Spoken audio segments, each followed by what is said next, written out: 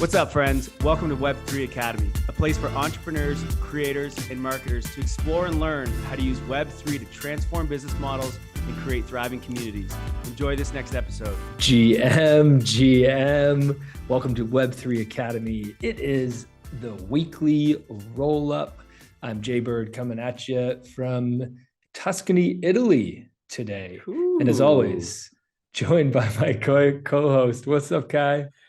What's going on? I feel like we should have a glass of wine. You're in Tuscany. I'm in Portugal. Like, it seems like the perfect opportunity for a little glass of wine on the roll-up. Maybe next week.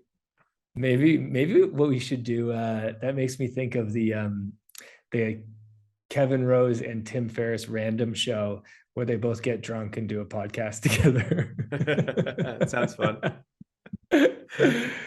Be quick. What's on the podcast? Quick. We're waiting too long. The algorithms aren't going to like this. All right. Today on the show, we've got the first U.S. Treasury sanction of a crypto protocol. What's going on? Everyone's probably heard about Tornado Cash. We're going to break it down and give you everything you need to know.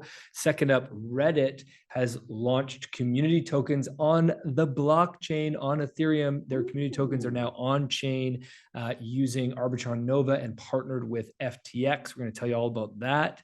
Third, Moonbirds moves to CC0. What the heck is CC0? We're going to talk about that and what this means and why it's really important for the NFT space as a whole as we figure out IP. We're going to talk about the ETH merge. Final testnet is completed. It happened today, actually, earlier today before this recording. Super stoked about that. And there's unfortunately a little bit of ETH merge FUD happening, but that's all good. We're going to explain that. We're going to break that down. Yeah, before we jump in though, Kai, what's the, we're going to do, I was going to say, what's the Web3 word of the week, but first I always forget, gratitude. Gratitude. What is my gratitude today? I said what we can't do for gratitude, and now I need to figure out what my gratitude is. I never even thought about it. But my gratitude is good coffee. So where we were for the last week, we didn't have the greatest coffee. Our boy Raul, our tweetor, as people will call it, our threador, he's a coffee. What do you call that? Coffee snob and connoisseur, sure. And he was just saying how bad the coffee was where we were last week. And then we all flew out, left Ericeira where we were, and back in Lisbon, and you have a beautiful flat white this morning and yesterday, actually. And man, it's good. It just hits so nice, doesn't it? Once it hits your lips, it just tastes so good. Yeah. What about you? What are you grateful for? I'm grateful for road trips. And I guess I got to give a shout out to, I'm grateful for the Fiat. I've never had a D-Fiat, said like I'm totally not a noob when it comes to Fiats.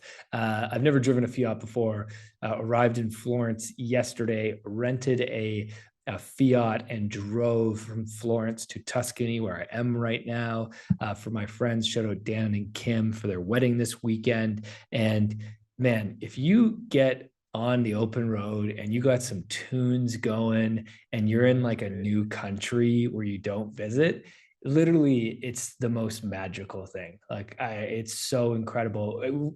Sam and I were laughing because we're like, oh my gosh, look at that tree over there is so beautiful. Look at that hill. Oh my gosh, it's just spectacular. You know, and you're thinking like, if an Italian person saw that, they'd be like, yeah, so what? It's a tree on a hill. What's the big deal? But you know, when you're on the road trip, it's new, it's exciting. So it was a good reminder, you know, see things with new eyes, appreciate everything as if it's new and you're seeing it for the first time. And it'll make you pretty happy about everything. I love it. Road trips are the best. All right. Web3 word of the week. What do you got for us, Kai? I don't even know how to say this word. So does it count as the Web3 word of the week? But the Web3 word of the week is goerli, goerli. I don't know what it is. Whatever it is, it's the testnet of Ethereum. And it is now a proof of stake testnet, as it was merged last night for those of you in EST, this morning, early morning for us in Europe at the moment. It had, and yeah, it's merged and it's good. And we're on to the next. And we're going to talk more about this at the end of the show, or nearing the end of the show. But goerli is the Web3 word of the week. And then basically we're never going to have to say this word again once we actually do the full merge. She talks about testnet. All right. Let's jump into the news. What do we got? Well, we'll start with the biggest one of the week. If you've probably heard that Tornado Cash has been sanctioned by the US Department of the Treasury. So this is pretty crazy and still a developing story somewhat. Let me break it down a little bit though. Tornado Cash is basically, it's a protocol on Ethereum. It's on a few of the layer 2s as well. But basically what you can do with it is you can send in ETH, and it sort of mixes it up with everyone else's ETH that's in there. And then you can send it out to another address. And basically all it is allowing you to send a transaction in a private manner. So in case you want to donate and you don't want anyone to know that you're donating or that it's from you specifically, you can use Tornado Cash to do this. Now, one of the big issues that arose from this, of course, this is a way where you can sort of launder money, right?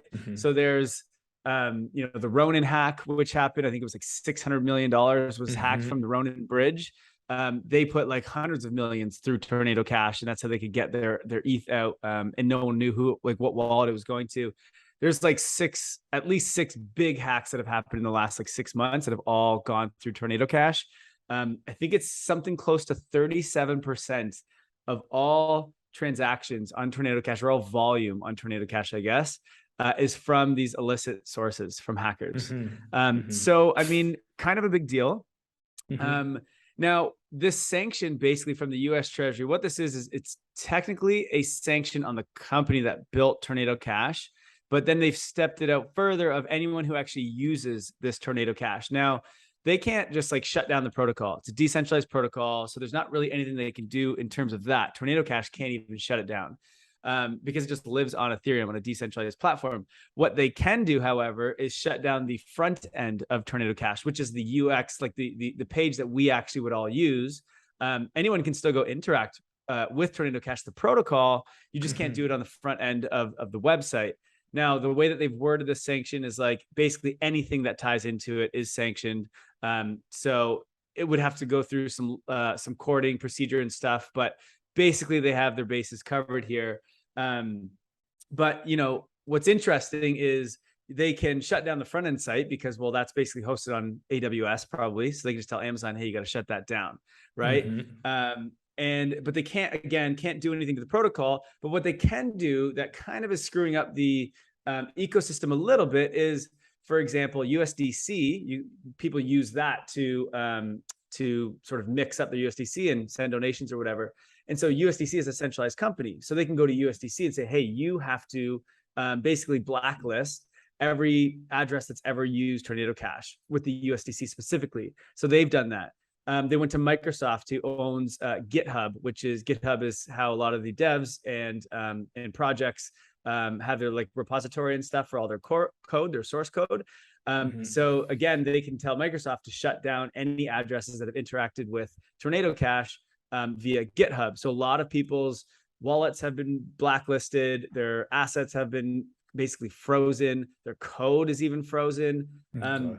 So that's pretty crazy. But I mean, I guess it is what it is. Now, the interesting thing from this is like sanctions are fairly normal. We've seen that happen this year, of course, with what happened in Russia. But sanctions are usually to a specific person, to a country, or to a corporation.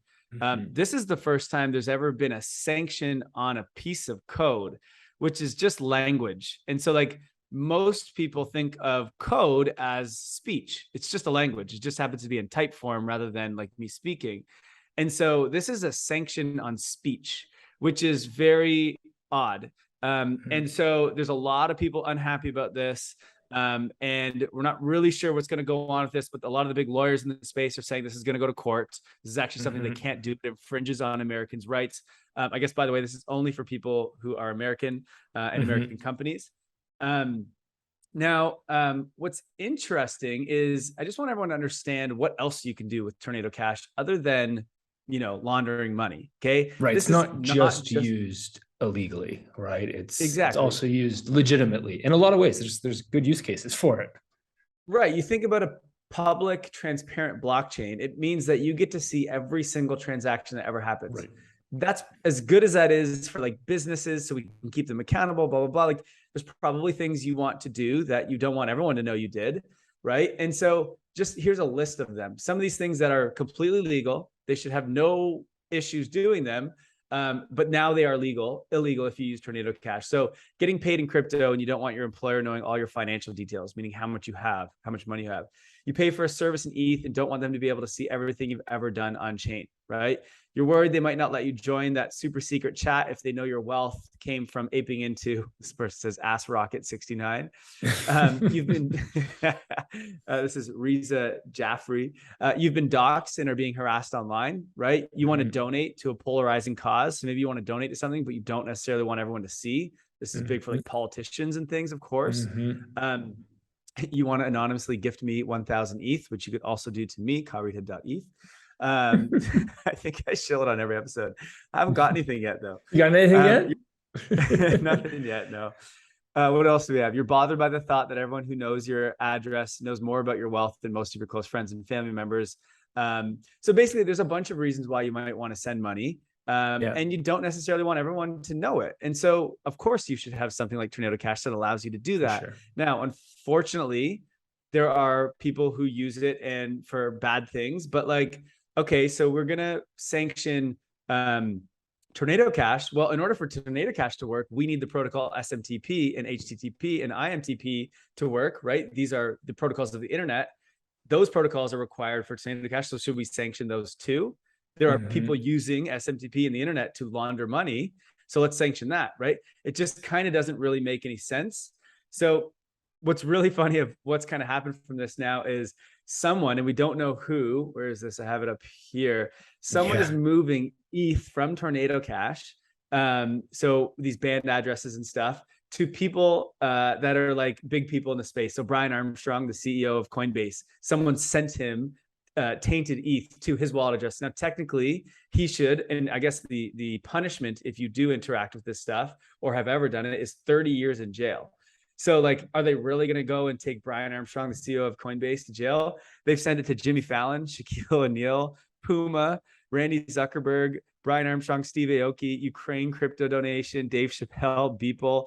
So someone just had like a heyday and started sending it to everyone. And it's like, they're not going to be able to handle all this. And really, you know, what I think is going to happen is, first of all, it's probably go to court. It's going to take years and years and years for them to figure anything out here. Hopefully in the meantime, this stops hackers. Cause like now what do hackers do? If they steal money, they have less chance to like get away with it, I guess. But I mean, anyone could fork this tomorrow and then boom, you have a new one. There will probably be like 20, 30 forks in the next year. That's my guess. We'll see what happens there. But the other thing is wait until regulators learn about ZK proofs. We just had Polygon on our podcast. I think that actually came out just this week, which is all about making blockchains private, right? Zero knowledge, proving things without proving the rest of it. So this is a regulator's worst nightmare, and it's about to become mainstream across all blockchains. And so I think they just haven't really figured out what's going on yet. They're just not fully down the rabbit hole. Yeah. But once everything goes ZK, they're done, you know? So I don't think this is a big deal in the long run, to be honest. Like, yes, it sucks for any of the developers that can't access their code and people can't access their funds. That's not ideal. But I think one thing we're learning here is we need to decentralize everything, right? The front ends need to be decentralized. We need to decentralize cloud. We need to decentralize the code source, like tools that we use. Like we need to decentralize everything. And it's happening. I mean, there already are, you know, Akash, for example, is a decentralized cloud service provider. It's a protocol. So like they're all coming. It's just, I mean, we're still so early, it's taking time. But once everything's decentralized, there's nothing they can do about it. So we'll see where this goes. Crazy.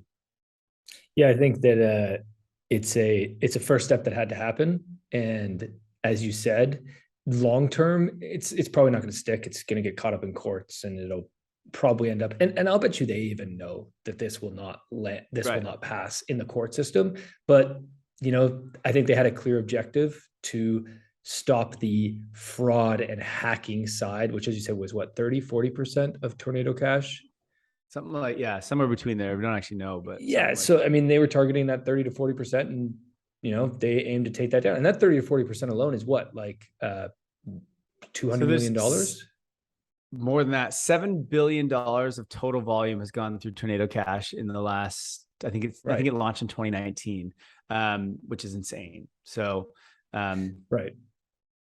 So, I mean, you're stopping, well, you're actually not impacting that money. That money's already gone through, right? Yeah. But you're stopping, all those wallets from doing future transactions and doing it in a fraudulent way. And, and also it's funny because we talk about dipping our toes into Web3 so much, and we talk about it from the business sense.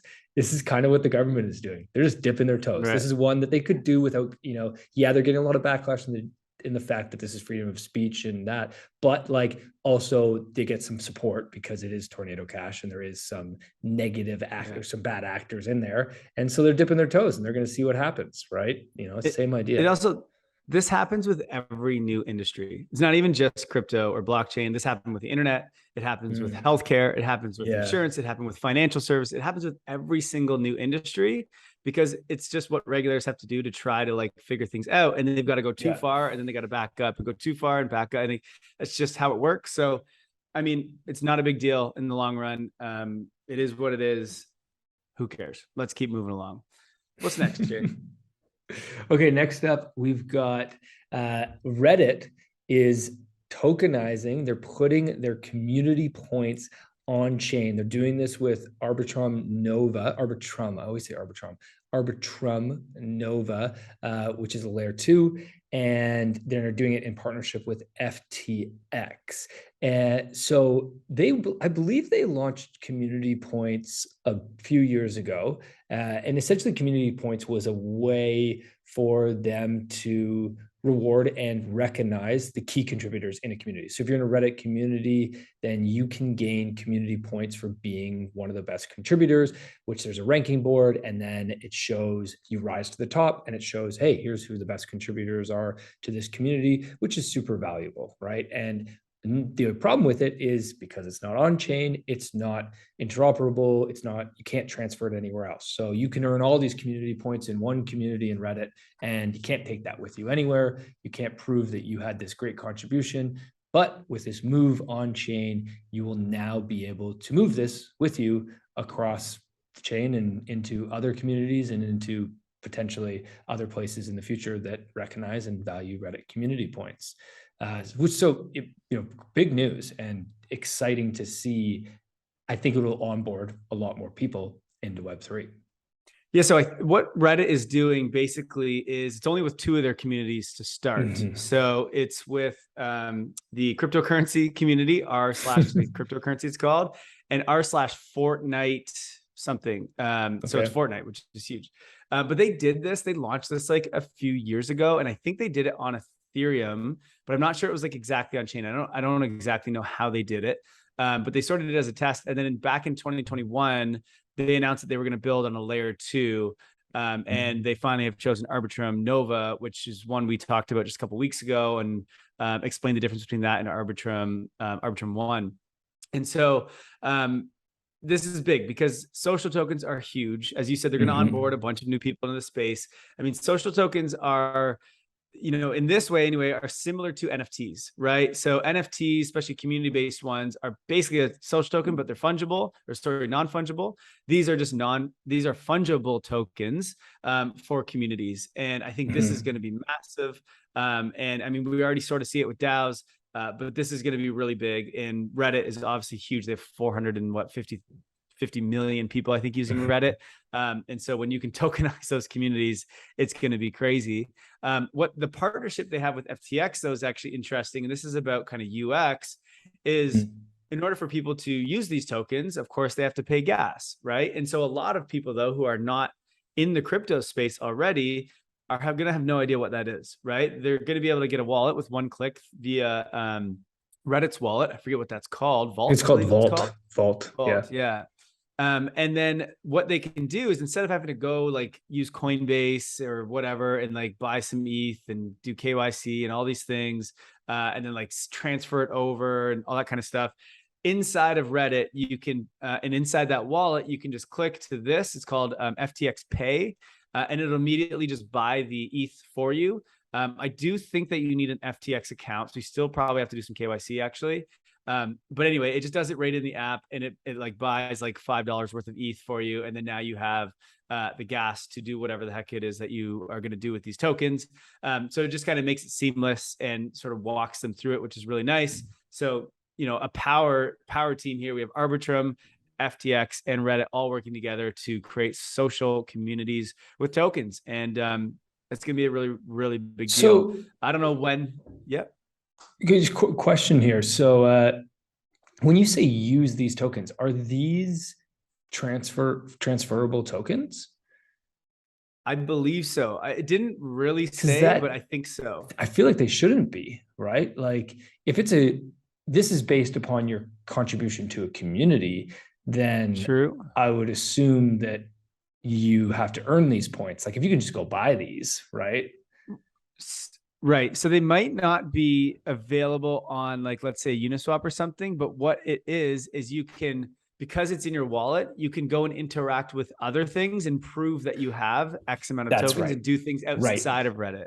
That's, I think, the unlock here. Right. So the unlock is, yeah. So like Nike is like, oh, we want to allow certain, you know, members of a community access to something that we build. Well, you have to have this many community tokens, community points from Reddit in order to access this Nike shoe that we did in partnership with Reddit.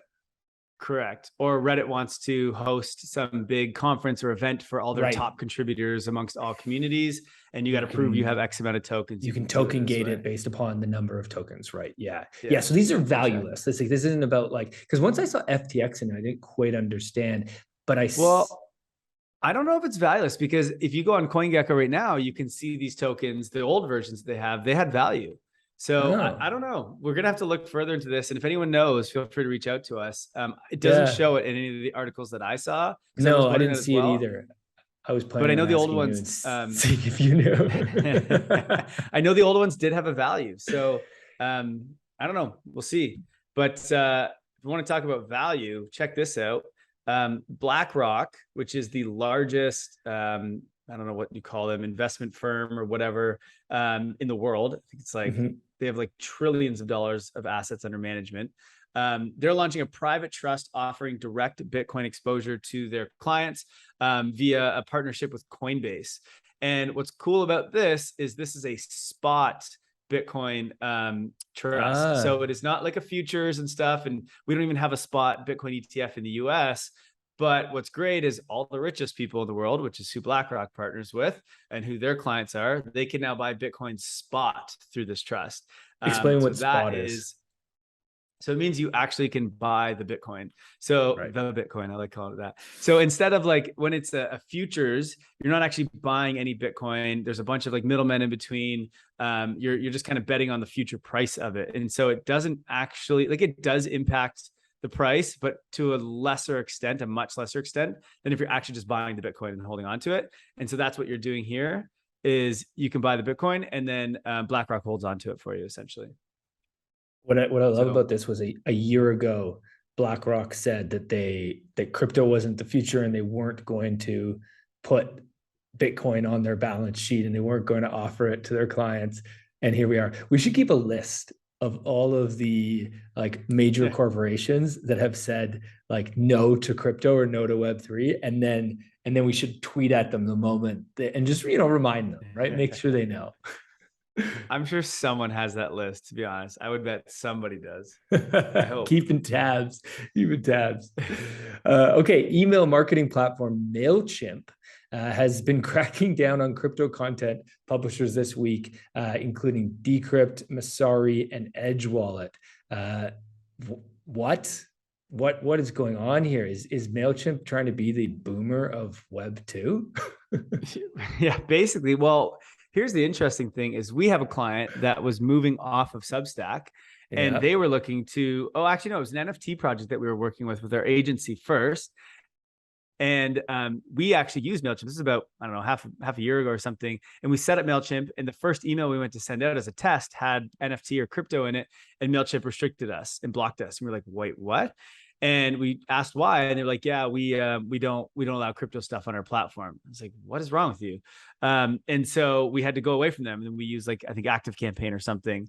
And we had a client who was a newsletter going to switch off. They were going to use MailChimp. We're like, no, don't do that. They won't allow it. Their excuse is that it's bad for the email algorithm to put these words because they're frowned upon words. And so they don't want your deliverability to be bad, is what they're saying.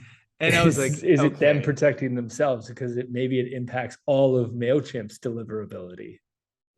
Well, it's none of that. So what I end up looking at is who owns MailChimp is the first thing I Googled. Okay, and guess who owns MailChimp? Shit, I got to remember the name now. But I don't know. It's hold on. Microsoft.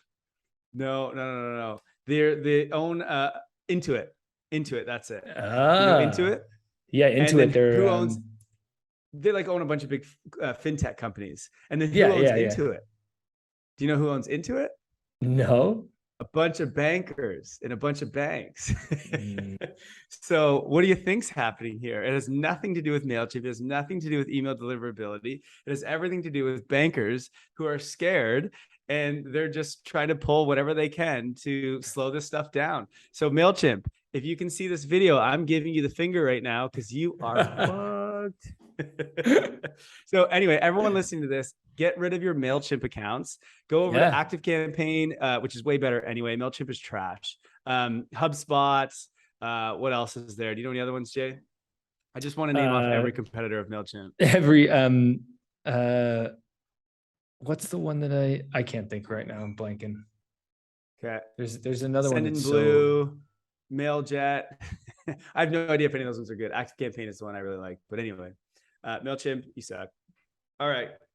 We're on to NFTs. There was some big news though, eh? A couple big ones. That's all it was. But off to NFTs. There was some big news this week. NFTs. Okay. Let's talk about what happened with Moonbirds and CC0. So it was about a week ago, August 4th. Yeah, exactly a week ago, that Moonbirds announced that they were going CC0. So let's break this down. First, what is CC0? Well, first, actually, before I say what is CC0, let's just talk about what the previous IP rights were of Moonbirds.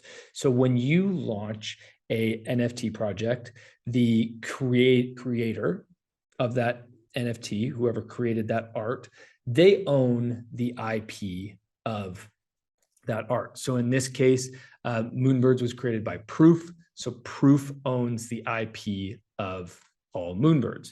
Same way, Yuga Labs, who owns Bored Ape Yacht Club, owns the IP of all apes.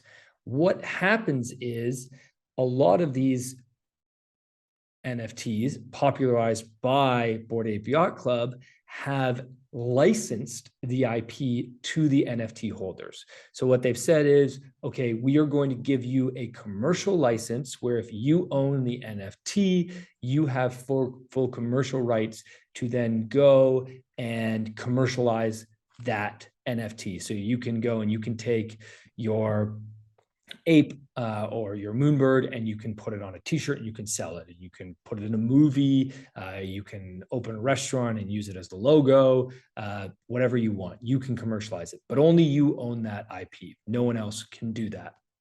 So Moonbirds was that type of project. The holders, myself included, owned the IP of our project, of our NFT. And then somewhat out of nowhere, Kevin Rose and the Proof team came out and said, that is no longer the case. We're moving to CC0 public license. CC0 is Creative Commons Zero. Essentially what CC0 does is it puts it into the public domain, meaning that anyone can now use Moonbirds branding in any way they please. Anybody can put it on a t-shirt and sell it. Anybody can put it in a movie. Anybody can make a video game and put it in a video game. It's just open season. And there was a really negative reaction as a result of this. The Moonbirds community was quite upset. I think there's a few takes on this. First is, this really sucks for anybody that was had active plans to commercialize their Moonbird. However, I believe that is a very small percentage of holders. I do not think that many were planning to do that. Now, at the same time, when you take something away from somebody, they don't like it. They don't like that being taken away from. So naturally, a lot of people are upset about this. Personally, I think this was an overreaction. I think there's a lot of irony in here that what Moonbirds did was fully decentralize their brand, which is great for Web3. That's what we're trying to do here. CC0 is the ultimate way of decentralizing art. It's the ultimate way of decentralizing a brand. They're saying, hey, we're going to open it up to public domain. Anyone can use it. And great, but they did it in a centralized way. So that was where there was a lot of pushback, was they didn't ask the community for their involvement in this. They didn't even ask the community if they would be okay with this. They just went and did it. There was nothing in the Discord? No, nothing. That's so it was crazy. Like very, very like great irony. It's like the most centralized decision to decentralize something. Just, I mean, yeah, you try and wrap your head around that. Some other takes here though. Let's just talk for a second about like why you would go CC0. Okay, so why would you go CC0? Well, you would go CC0 if you believe that what you are building is something that the rest of the world wants to participate in and wants to proliferate. One of the biggest examples of this being the Mona Lisa. So the Mona Lisa is so old that it is now in public domain. It is CC0, right? So anybody can reprint the Mona Lisa. Right? I can reprint the Mona Lisa on a t-shirt. I can reprint it. I can do prints of it. I could literally sell prints of the Mona Lisa, right? Does that mean that the Mona Lisa is less valuable because I go out and reprint the Mona Lisa? No, actually the opposite is happening in this case, right? All that does is increase the value of the Mona Lisa. You get more eyeballs on it, more people see it, they desire it more. So the original actually becomes more valuable. And that is certainly what Proof and Moonbirds believe is going to happen here. Is by doing this, there is more value. Also, Proof and Moonbirds' long-term play has always been metaverse. And so I think that there's a part of their plan here, and we talked about this a few weeks ago, I believe, when we talked about how everyone's building their own metaverse, when really that's just a bunch of mini-verses, and what we need is one metaverse, and that it will be what there is one that we can all play in. And so by doing this, they've built I think they're taking steps to building that one metaverse by opening up the art. Maybe anybody can use their art in any metaverse, really. And the other thing is, I think Kevin Rose has a bit of beef because Kevin Rose built Reddit before Reddit. He built Diggs, but his didn't take off. Reddit took off. And in the beginning, a lot of the features that he created on Diggs were just stolen basically by other Web2 companies. So I think his belief is that, okay, let's do it differently in Web3. Let's just not own anything, because if you don't own it, then you don't have to police it. Then you don't have to worry about that whole side of your business, right? You can just like let it go, which obviously policing usage of brand, like other than Disney, nobody has the money to go and chase people who are proliferating their brand, right? So it's yeah, I mean, it's big news. The second Moonbirds collection come out and just took off, or what happened with that? Like, was that just a quick thing? It was quick, yeah. So within like minutes of this happening, somebody launched Moonbirds V2, and I think basically a bunch of people made a lot of money. I saw it get up to like I think it got up to like 0.1 ETH or something like that, but now it's gone. So I mean, it's not gone, but that's it. Okay. You know, so like it's not like, and that's interesting, right? Because you would have thought, I think that's proof that like, if somebody can just go and launch a Moonbirds V2, which they did, so you could literally own the exact same Moonbird, right? Well, if that took off, then it would have really devalued the original Moonbirds, but it didn't take off, right? It only did for a hot second and then disappeared. So, well, I mean, the Moonbirds floor has dropped though. Has it? Yeah. But the reason the other one doesn't gain any traction there or doesn't have any value is because there's no community behind the other one. Mm-hmm. There's no big team and money behind the other one that's going to build this big metaverse. Like, again, NFTs are just a form of equity or form of brand or form of whatever it is for a business. And so it would be stupid to just join a business of some random person who's just copying some other one that has nothing behind it, no roadmap, no plan, no anything. They just made it in seconds. Like it just, of course, it's not going to hold any value. Totally. In a bull market, though, that thing would have went to like 20 ETH, guaranteed. Every single one of those in a bull market.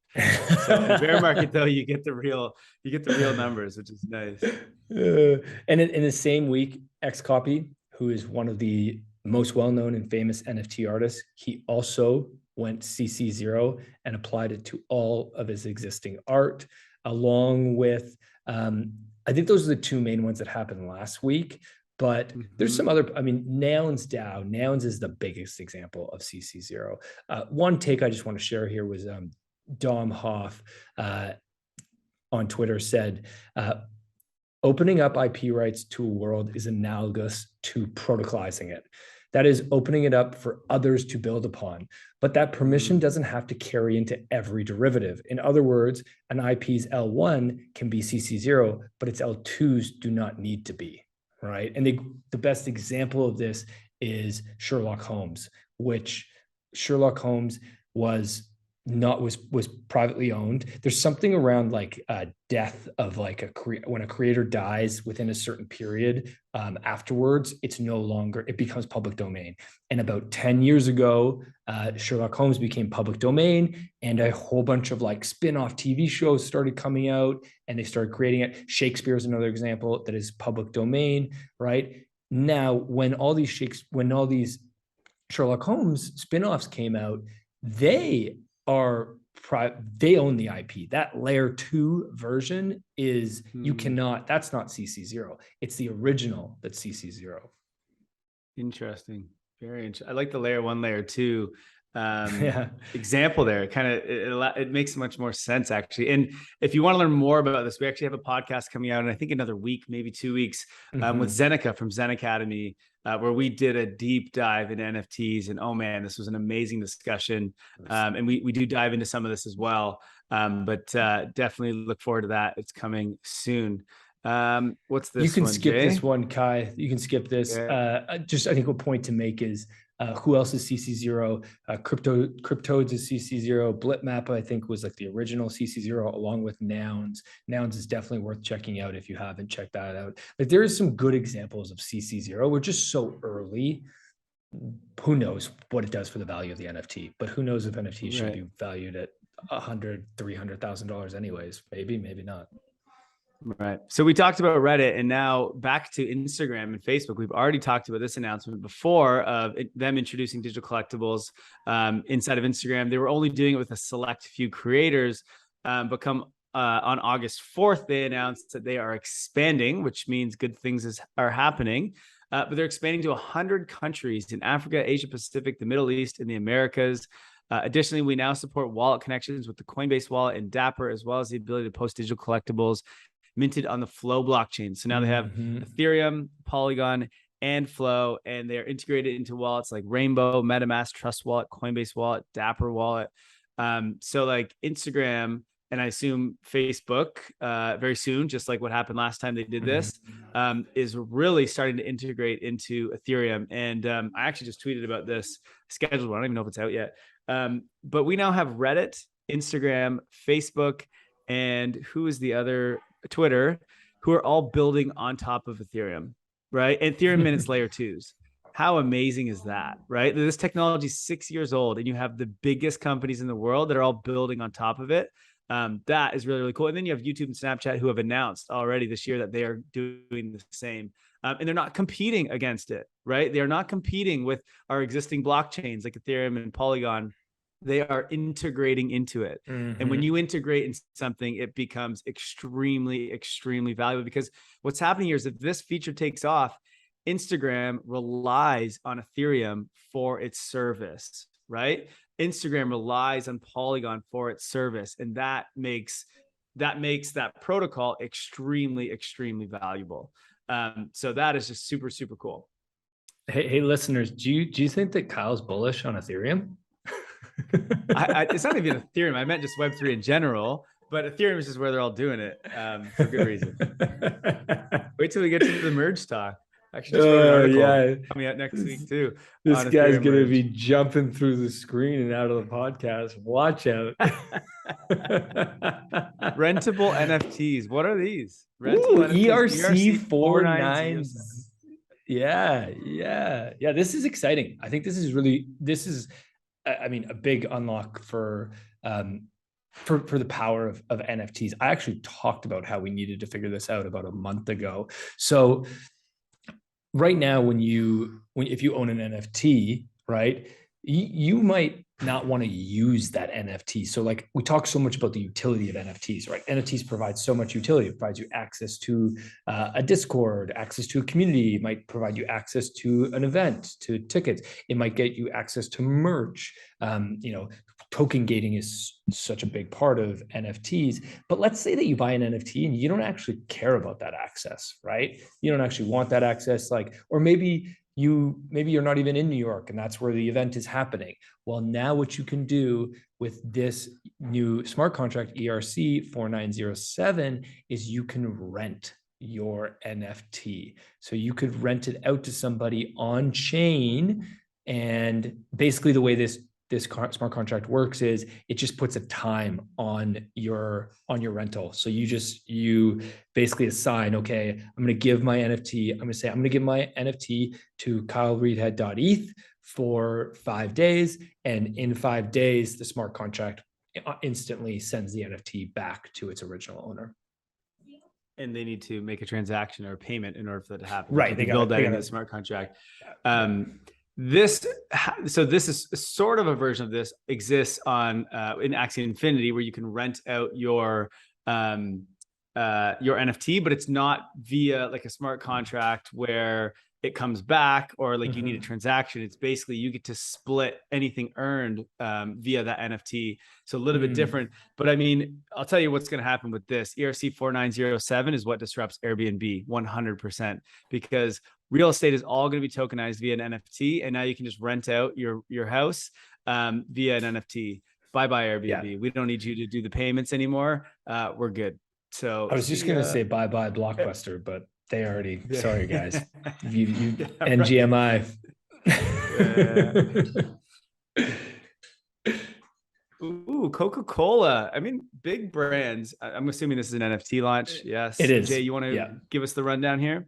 Yeah. So CocaCola launched a generative and shareable, again, collectible. We're using language very carefully here. We're not calling them NFTs anymore. Well, I shouldn't say that, but calling them collectible for International Friendship Day. It was actually a year ago for International Friendship Day that Coca-Cola launched their first NFT, and they've basically done, I want to say like 5 to 10 NFT collections over the last year, all around large international days that fit their brand. Friendship is a big part of Coca-Cola's brand. And so they launched this NFT.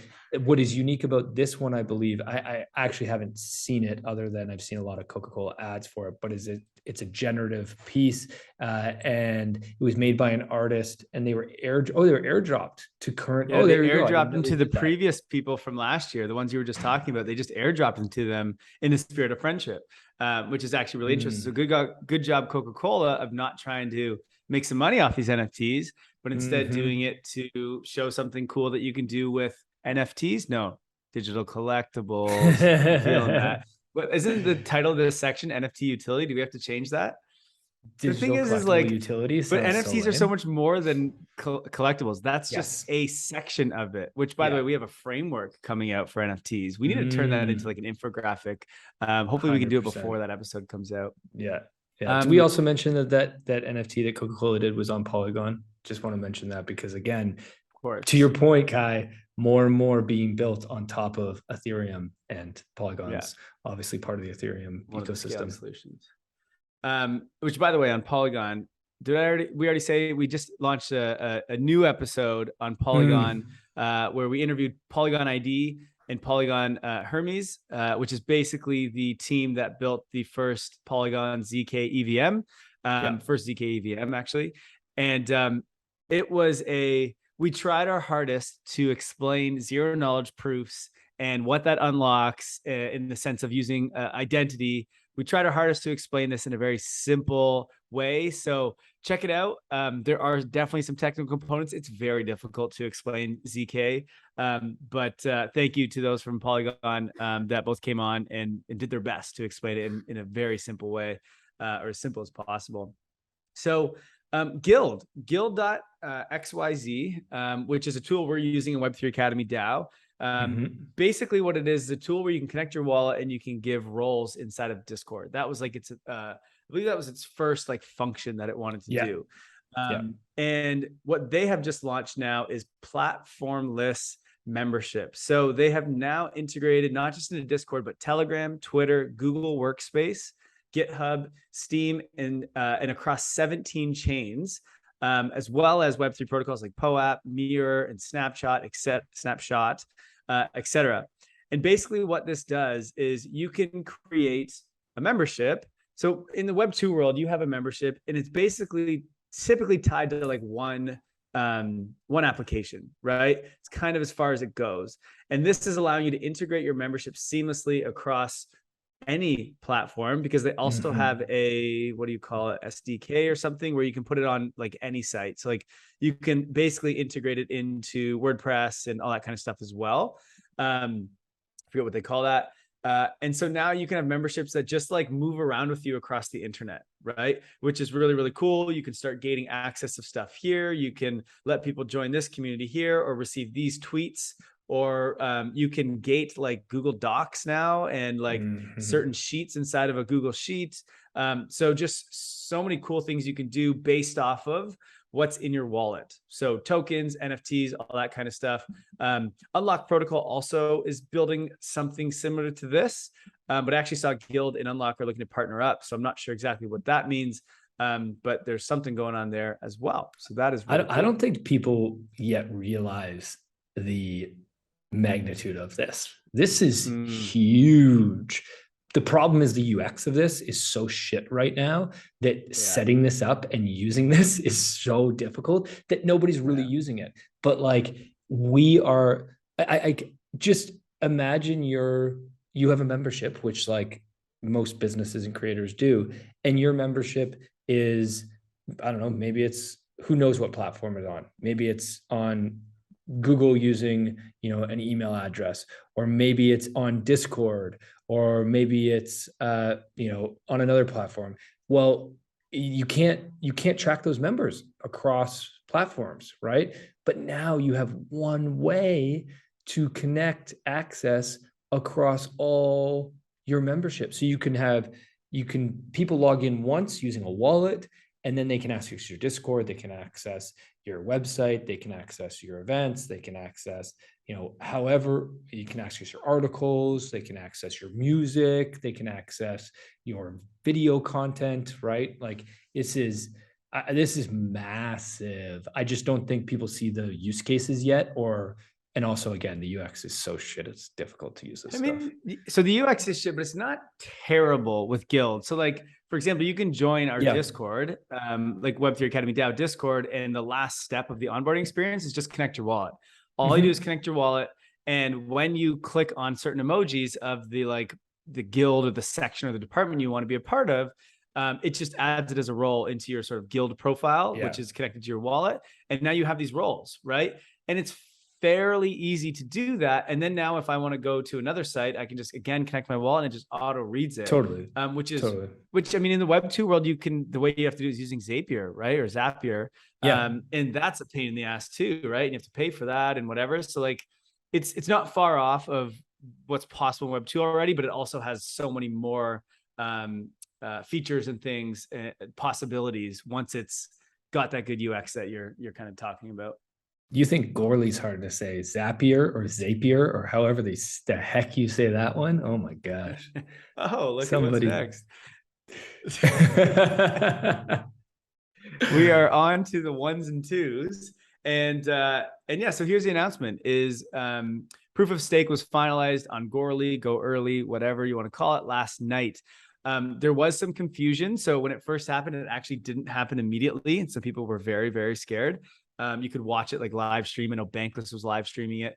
And it didn't finalize right away. It actually took some time. And that's because there were some some blocks, essentially some terminal blocks that were not updated and some nodes that were not updated. So it had nothing to do with the blockchain itself. So with like the goerli testnet, what it was the applications and the nodes, which are like the validators or the verifiers that are kind of on top of it and that are using goerli, they needed to update their software, and some of them had either updated it wrong or didn't update it at all. And so when it's not updated, those can't connect in, and you need a certain amount in order for it to get like finalized. So this will, like, even when the real merge comes, which by the way now is going to be happening September 19th throughout that week. Basically what happens here is it's not just like the merge goes from proof of work, or sorry, Ethereum mainnet goes from proof of work to proof of stake. It's everyone verifying it. And then all the applications and the wallet providers, like all these kind of things, they have to update their code for this as well. And so there's going to be potentially some confusion when it happens. As a user, you won't notice anything, so don't worry. There's just other people at play here. And that's why, like, when it looks like, oh, there were some issues and stuff, it's not necessarily the blockchain that had it. It's just the things that are built on top of it. So just be aware of that. So there's been some FUD around the Ethereum merge and talk about forks, and is it going to fork, and what does that mean? What's going on for that? Break that down for us, Kai. Yeah, so what's happening here is this actually happened with Bitcoin a while ago too. So I forget what year it was, but there was a bunch of people who thought that Bitcoin needed to, I think it was like, increase their block size so that it would have lower fees. And basically what happened was the community forked Bitcoin into Bitcoin Cash. And you had a bunch of people that went over there to that, and then you continue to have the people that were on the normal Bitcoin. But what happens when you fork is whatever assets you have, right? So Bitcoin, let's say you had 2 Bitcoin, you also then had 2 Bitcoin over on Bitcoin Cash. And they're worth the same thing at that moment. And whoever sells it first on whichever one, it depends on which one makes it. Maybe Bitcoin Cash could have made it. It did. I mean, it's still around, but like no one uses it. But you get to sell those tokens, and it's basically free money. A lot of people made a lot of money from that. And so there's talk of this happening with Ethereum because we're basically getting rid of miners. And there's a lot of miners out there right now, and that equipment is expensive, and they're about to lose a revenue stream. And so they're not super happy about that. And so what they're saying they're going to do is they're going to fork Ethereum when this happens and continue to have ETH POW is what it's called. Okay. So basically just a fork of ETH. And I just want to make sure everyone's aware that the miners are not doing this because they think it's better and that, you know, they're going to build a brand new ecosystem here on Ethereum or that everyone's going to move over. Like, that's not going to happen. They know it. But what they're going to do is dump on retail. And so there's going to be a lot of people, because and we'll talk about the merge another time, but a lot of people that are going to come into this, they're all excited and they're going to start buying ETH POW because it's something new and it's the next Ethereum killer. And miners are going to take that and they're just going to dump all the ETH that they're mining. And everyone who's buying these tokens is basically going to have this token that ends up going to zero eventually. Okay. This happens with ETH Classic as well. There's still people that are mining that and still dumping on people. So first of all, if this does happen, it's not for sure it's going to, but do not get caught in this trap. If this happens, be grateful because you might get double your ETH and just sell it right away on the ETH POW because I don't want to see you get wrecked. Now, the interesting thing that happens here with Ethereum is when I explained what happened with Bitcoin, the only asset on Bitcoin is BTC. So it was very easy, right? You just sell your BTC and away you go. There's no apps built on Bitcoin. There's no other assets. Well, Ethereum's a little bit different. There's tens of thousands of protocols and tens of thousands of assets. So all your assets will move over to ETH POW. And so let's say you have 100 uni tokens, you can sell 100 uni tokens. And where this gets really weird is when those tokens are backed by something in the real world. So if you think of USDC or Tether, those are also going to get forked over. And so now what happens? There's going to be a bunch of USDC or a bunch of USDT. Yeah, USDT, I believe it's called, or UST, whatever their thing is. UST. And UST. And that is not going to have anything backed. And so that is a very weird, weird scenario that's going to happen. And so there may be some volatility in a bunch of assets immediately. And it'll be in the first like couple of minutes, probably, when this merge happens. So now, Circle USDC, there's just a company that owns USDC, and Tether have both came out and put out public statements saying that they support Ethereum proof of stake in the merge. And so the assets that they back are the assets which are on proof of stake, not the ones that are on proof of work. So if you have 1,000 or 10,000 or whatever you have, even $20 of USDC on proof of work, get rid of those, because they don't have value. There's nothing backing those. And that is same with Tether. They said the same thing. So just be careful, because what's going to happen, and don't start using DeFi stuff on this proof of work, because a lot of DeFi is backed and collateralized by USDT and USDC. And so as soon as they merge all these stuff over and they fork it, DeFi is just going to implode on ETH proof of work. Okay. So again, don't start playing around and trying to get whatever.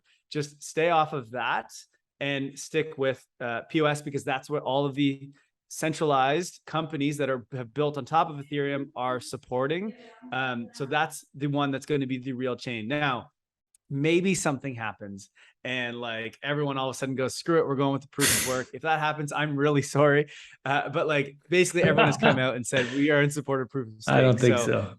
Yeah, I don't think so. There's maybe a 0.0001% chance if it does. So what will happen to ETH? There will be ETH, and then there'll be ETH POS. And then, as you said, there will be ETH POW possibly. No. There will just be ETH. There won't be an ETH POS. It will just be ETH. ETH is just ETH. That's what I and thought. then there will be an ETH POW. I thought you were saying there will also be an ETH POS. I was like, whoa, what? No. It's only the one that's being forked over. Yeah. They will have to change the names, and it'll be ETH, whatever they call it. Probably ETH POW is what it seems. So the moral of the story here is there's going to be some confusion. Thankfully, you listened to the Web3 Academy podcast, and so you are no longer confused. You know to stick with the proof of stake blockchain. And if you have any assets over on the proof of work, just get rid of them, make some money, and great. You're welcome. We're all happy. It also is a good reason to start stacking ETH right now, because whatever you have now is going to get duplicated. Just another reason to stack. Possibly. Yeah, we'll see what happens. All right. You got some updates for us, Jay? Yeah, let's talk about the community, our community, Web3 Academy community. Lots going on. Just want to give some shout outs. First off, shout out to anybody who provided news for us today. I think that Blue Bar gave us some news. Ian gave us some news. Tim, I believe, gave us some news. Anyone else that I missed, Kai? I think that's lots of people giving us news. Keep posting news. We can't share it all. We greatly appreciate it. And one great reason to be in the Web3 Academy community in our Discord is you don't have to wait to the weekly roll-up to see the news. You can read the news throughout the week. Welcome to the 46 new members who joined us this week. If you're listening to this, shout out. So happy to have you. And thanks to the 6 new members who joined our weekly meet and greet. Made some sweet new Web3 friends yesterday. Next meet and greet is next Wednesday at 6 p.m. Eastern. We do a meet and greet in the community every week. Great way to meet people and to see what's going on and learn about the community.